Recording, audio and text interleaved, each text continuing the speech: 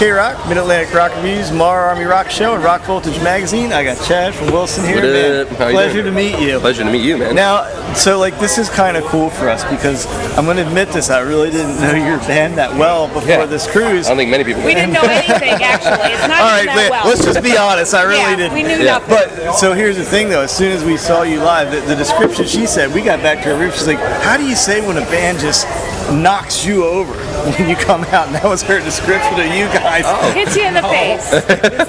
I was trying to post it to Facebook and trying to figure out what the right way to describe it. Oh, well, thank you. So give us kind of the bio of Wilson for all the Shiprockers who maybe haven't met you before and are new to you guys.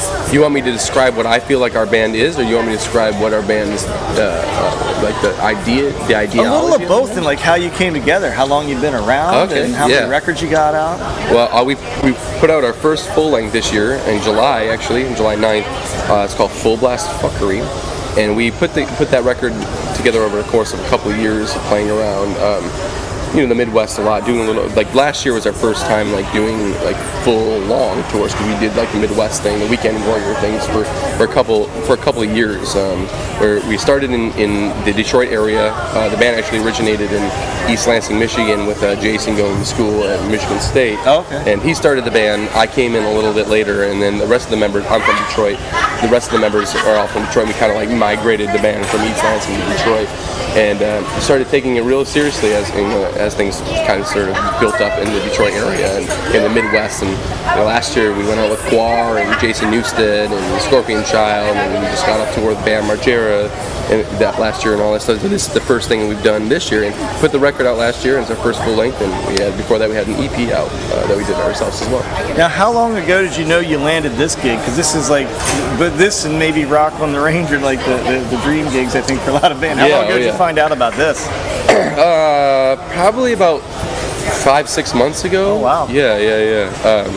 I had funny story is I'd seen the lineup and it get announced online. I was like, whoa, this looks awesome. And I asked our agent, who had a couple other bands, he booked a couple other bands. I'm like, do you think that our band could ever get on this? And he's like, I'll ask. And then less than an hour later, he's like, actually, you're on fucking Shiprocked. Wow. And it's just that easy. So for the 9,000 other bands there, that's all you got to do. I think the guy who put on the ship saw a video of me like bashing my face against a beer bottle or something. I think he actually did, because we talked to him, and that's exactly what he said. He saw you guys. It's like, that'd be perfect for the ship.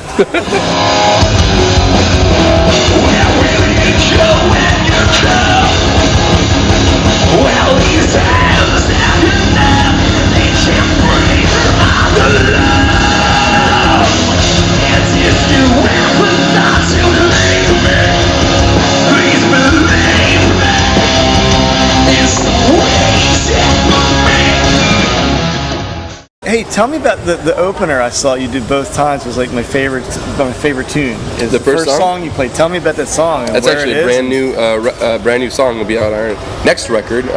We had never played it live before the ship. So when we were told that we had to play a 60-minute long set, which we're used to supporting, playing 30 minutes or less, we're like, oh shit. What are we gonna So do? our record, our last record's like 32 minutes of just full blast intensity. So we're like, okay, and we pride ourselves in just like literally like leaving every piece of bodily fluid we can on the stage. And we see that. I don't know if we can do that for an hour. I've never done it before.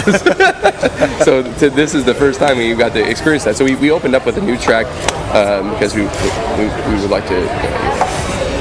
We basically just wanted to fucking try it out, Well, it came off great because it was my favorite tune in the set, man. I thought it was super cool. So I'm looking forward to hearing more about that. So, what's been the most, I guess, surprising thing to you on this cruise? What's taking everything? From the moment that you pulled into the moment we pulled into the port of Miami and realized that we were just like, holy shit, this is like a real thing.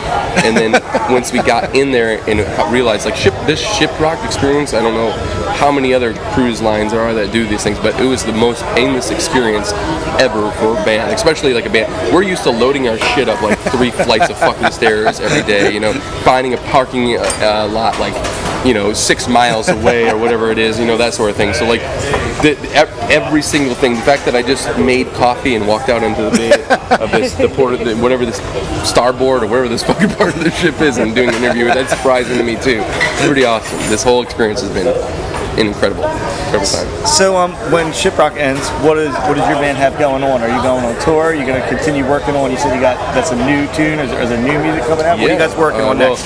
When we finish this ship, which is tomorrow, we go out with Seven Deaths for a few days in Florida. Us Seven Deaths and Butcher Babies actually, and then we go home.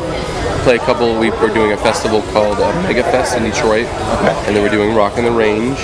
Well, we didn't even realize we will be at Rock on the Range. That's really cool. Yeah, so we'll be on the Rock on the Range, and then we'll be writing for the next record, and then we're going to go back out on tour in the spring. That's awesome that you guys are going to be. Now, is that the biggest festival? Is this the biggest year for your band? I mean, you landed on this and Rock last on the Range, year, 2013 was the biggest year. 2012 saw us doing like a lot of cool stuff that we didn't. That was like the introduction period for us. We're on tour for the first time. This band, we've all been in other bands that have done this, but this band saw tour for the first time, opening up for some of our favorite bands for the first time. And in 2013, played just under 200 shows. So I mean, more than half the year was spent in our shitty van, smelling each other's farts.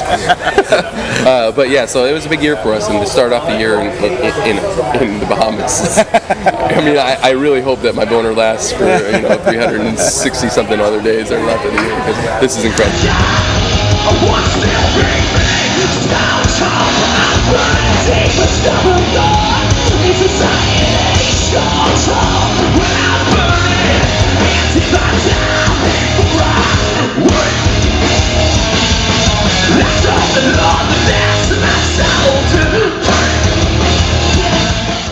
It's not that you guys aren't obviously established band, but it's so funny, I watched that first set the other night. Yeah.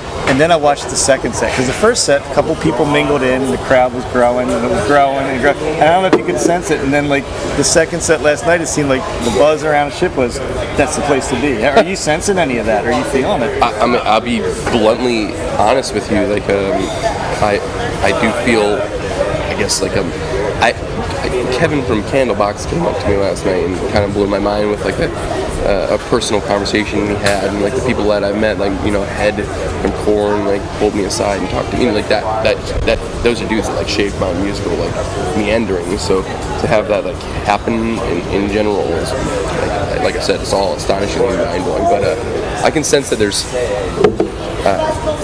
some good partying going on, and people are having a really good time. There's a little of that. But that's one of the cool things about the ship, man. Nobody's driving anywhere. Everybody's just here having a good time, and it's good to see that already everybody I've met you said you guys are a fan-friendly band, and that seems to be what wins the hearts of people on this show, at least, when they can walk up to somebody like you and get a pic in an interview like this. And that kind of thing.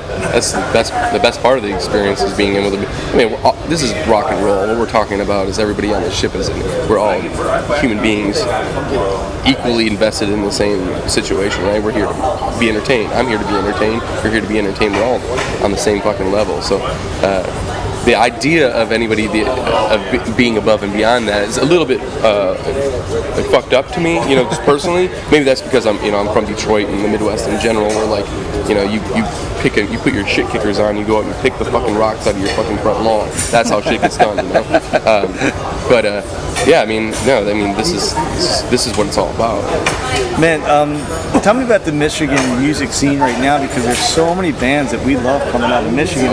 Wayland, Pop Evil, now you guys. I believe Dory Drive's from up there. Battlecross. I mean, I guess it's just, is it sensed up there that Detroit is now kind of, I want to say once again, the home of rock and roll? Or I don't think it ever left. I think that it just maybe